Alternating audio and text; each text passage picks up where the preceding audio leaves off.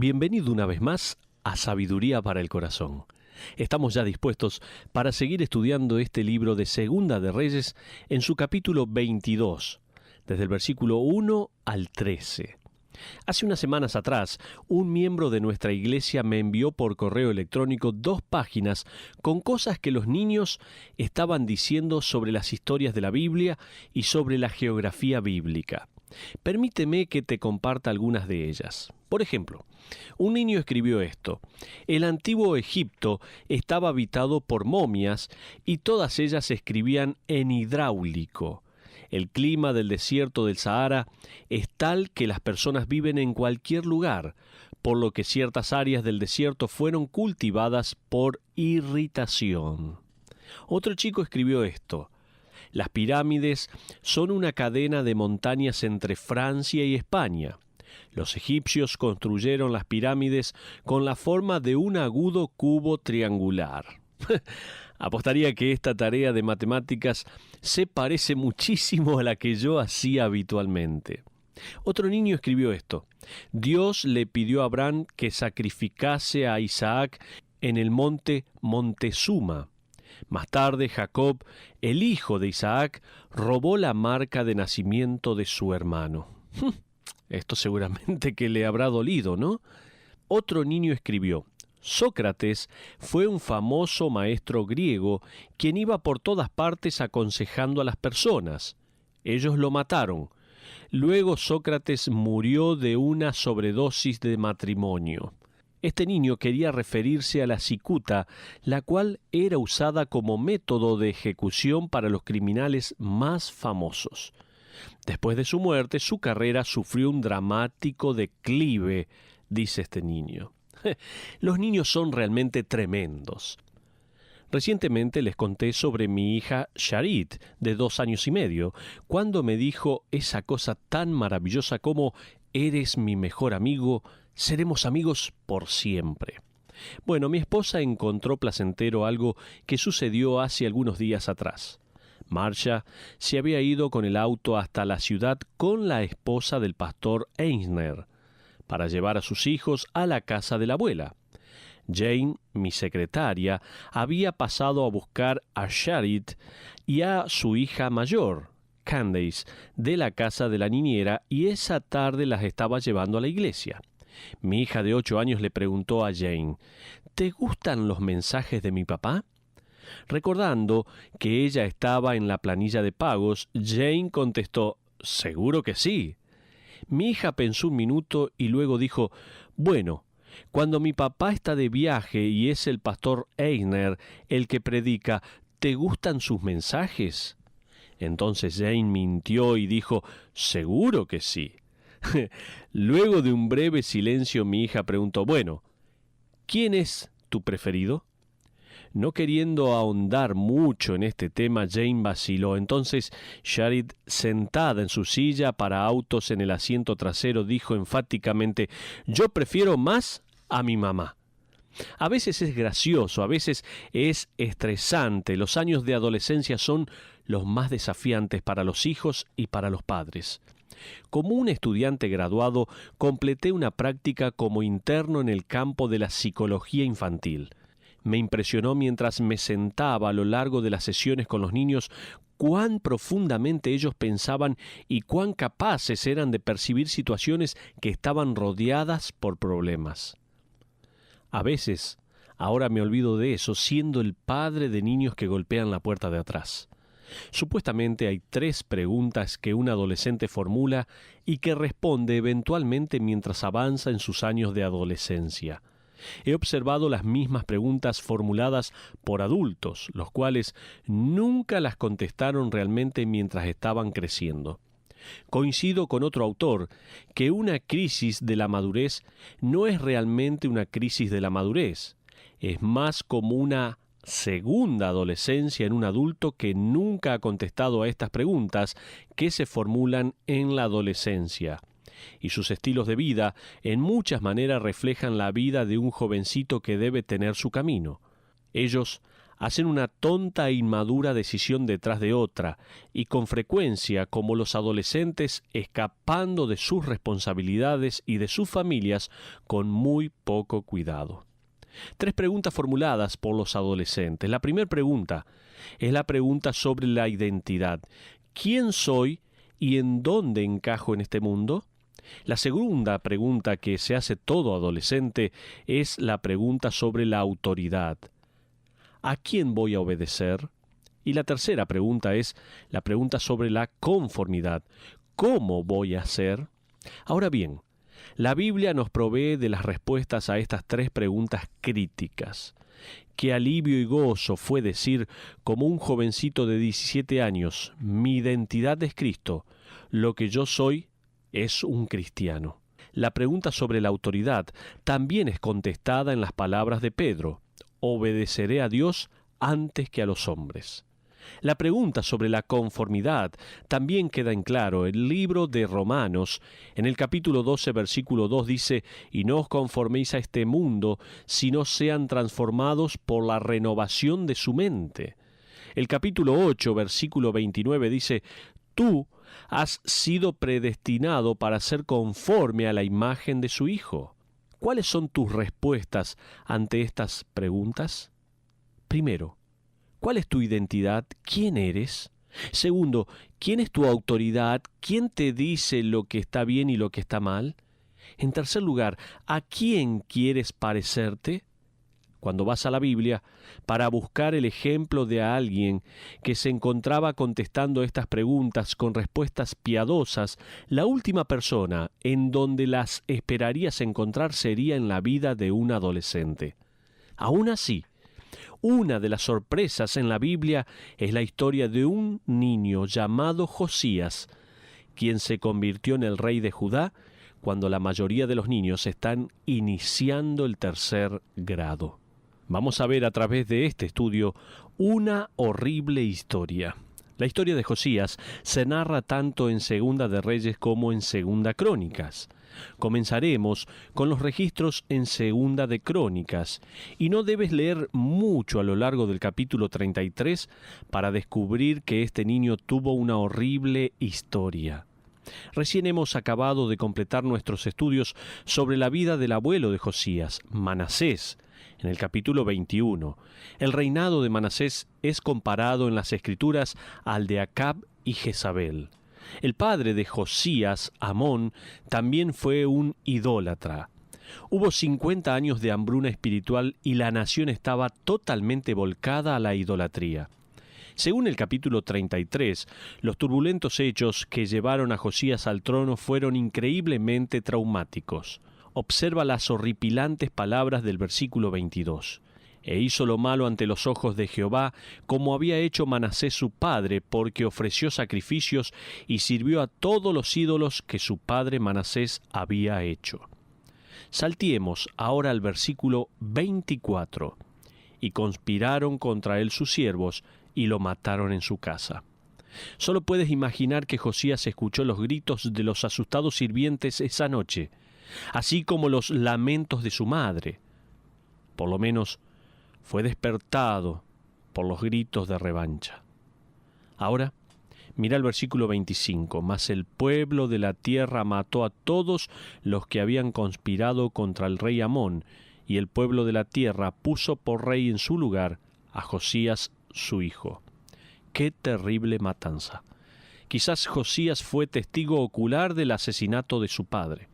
Ahora este niño de 8 años llega a ser un rey.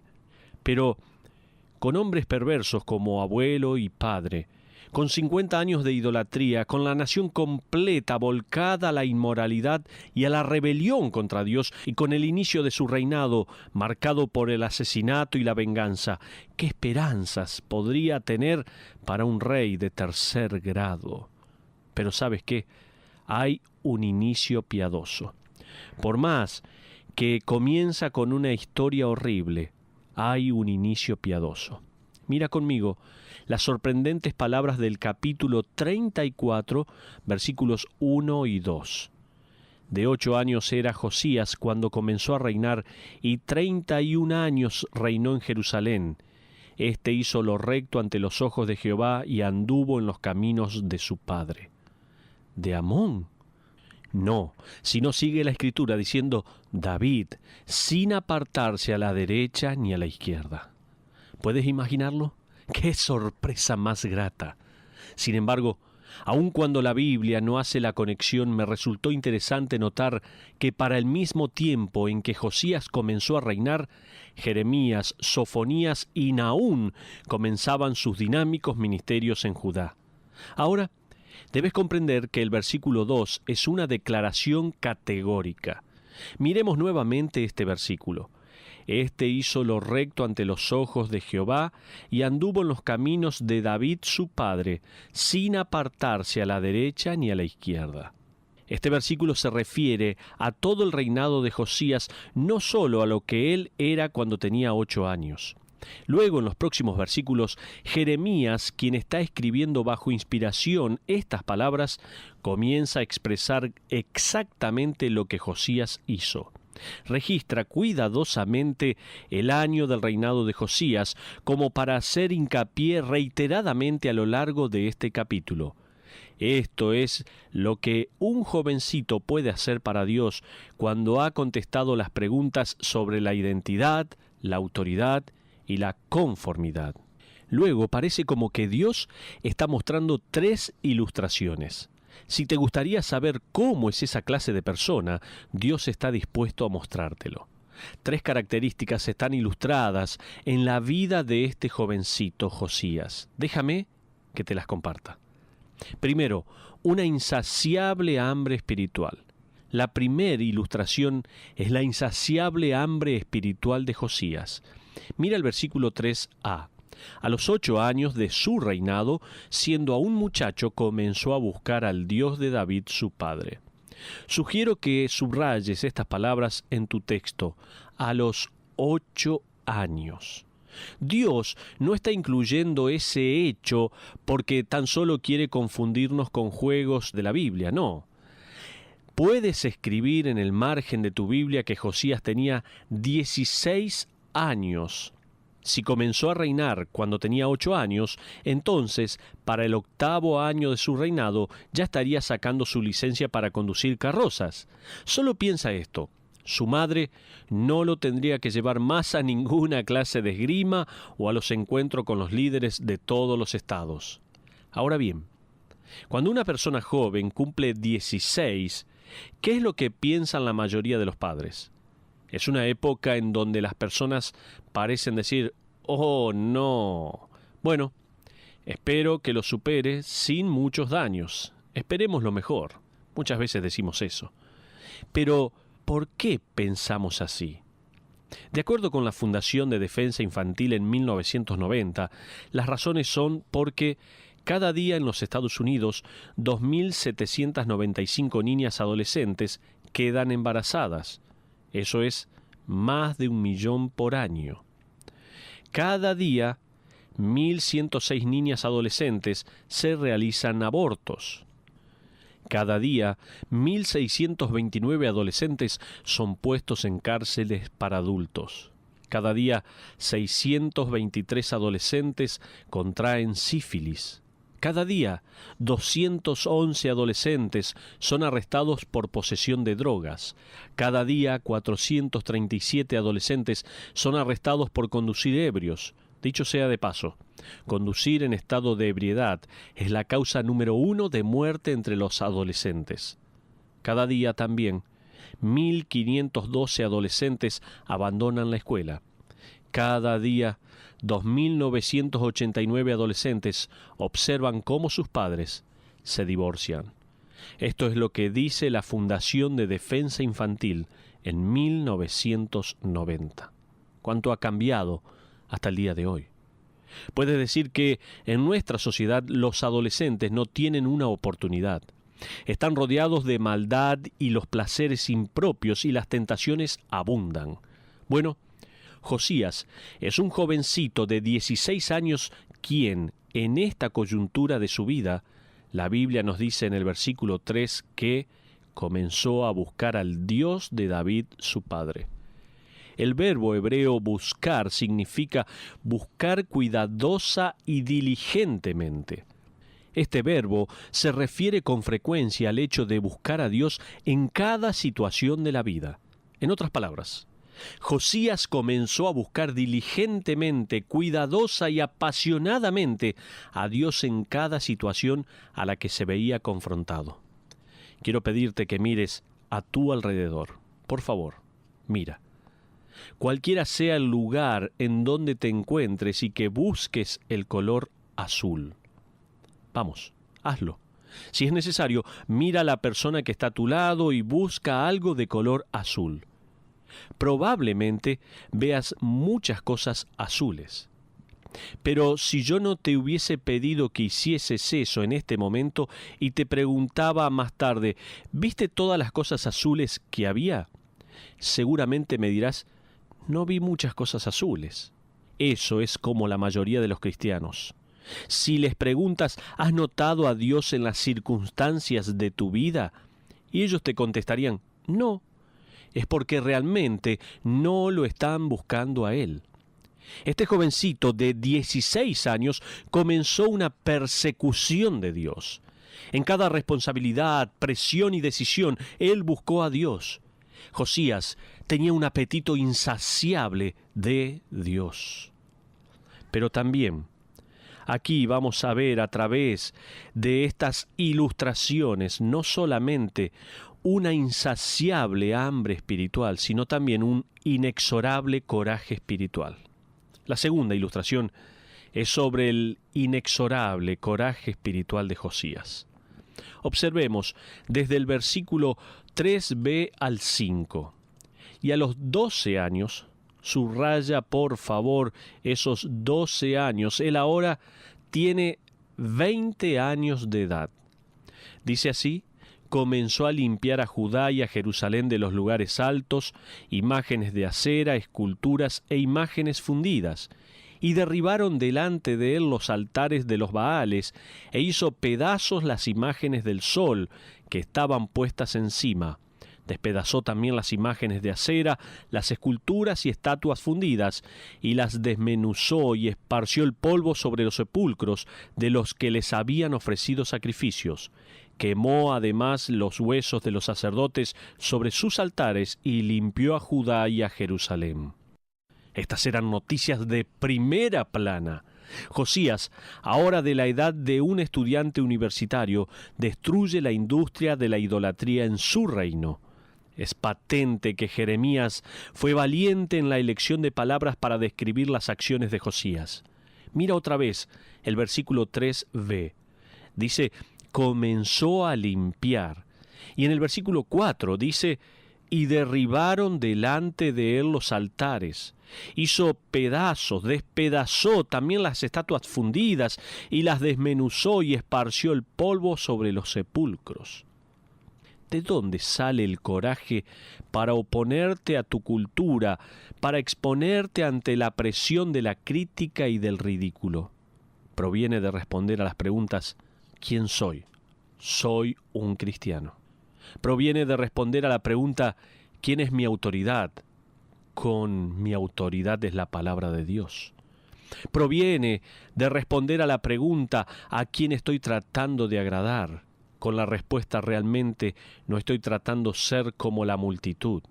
Estoy tratando de ser como el Dios de David. Es Jesucristo al que te estás pareciendo cada vez que dices no a la maldad y sí a las cosas piadosas. La tercera y última ilustración. No solo esta insaciable hambre espiritual mostró Josías, no solo un inexorable coraje espiritual, sino también una firme convicción espiritual.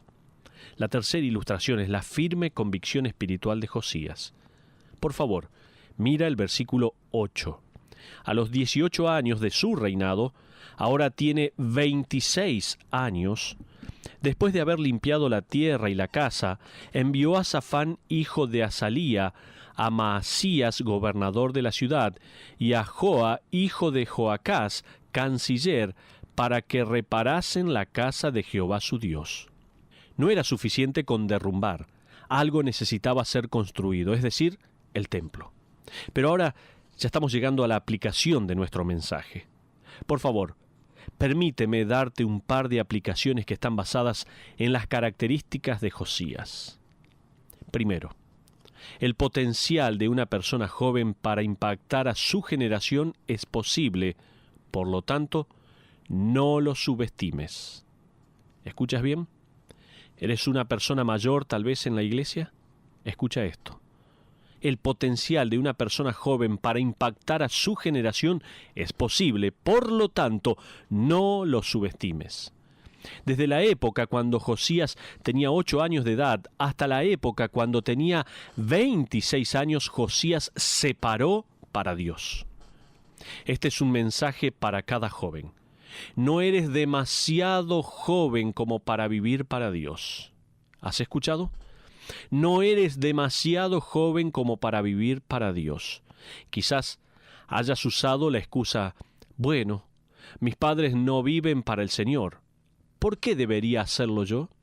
Observa bien a Josías, por favor. Él tuvo una terrible historia con un padre perverso. Este también es un mensaje para cada padre.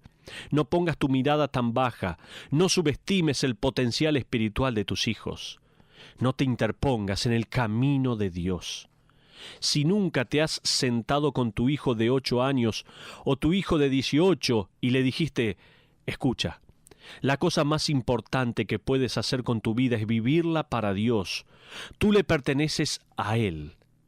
Entonces, no lo estás ayudando a responder a sus preguntas sobre la identidad, la autoridad y la conformidad. De hecho, eres un obstáculo, estás en el camino. ¿Quién sabe, padres? Quizás tengas un Josías en tu casa, a quien Dios utilizará para traer una reforma en esta tierra. Pero en segundo lugar, la segunda aplicación es que la oportunidad para desarrollar convicciones espirituales en una edad temprana es un hecho bíblico, por lo tanto, anímalos. Decíamos, en primer lugar, como una aplicación, el potencial de una persona joven para impactar a su generación es posible, por lo tanto, no lo subestimes. En segundo lugar, la oportunidad para desarrollar convicciones espirituales en una edad temprana es un hecho bíblico, por lo tanto, anímalos. ¿Quieres saber cuál es la mejor manera de ayudar a los jovencitos a contestar las preguntas sobre identidad, autoridad y conformidad? Es que sus mamás y sus papás ya hayan contestado ellos mismos estas preguntas. Quisiera leerte una información extraída de un párrafo de un libro titulado Los Hacedores de Imágenes por William Mayer.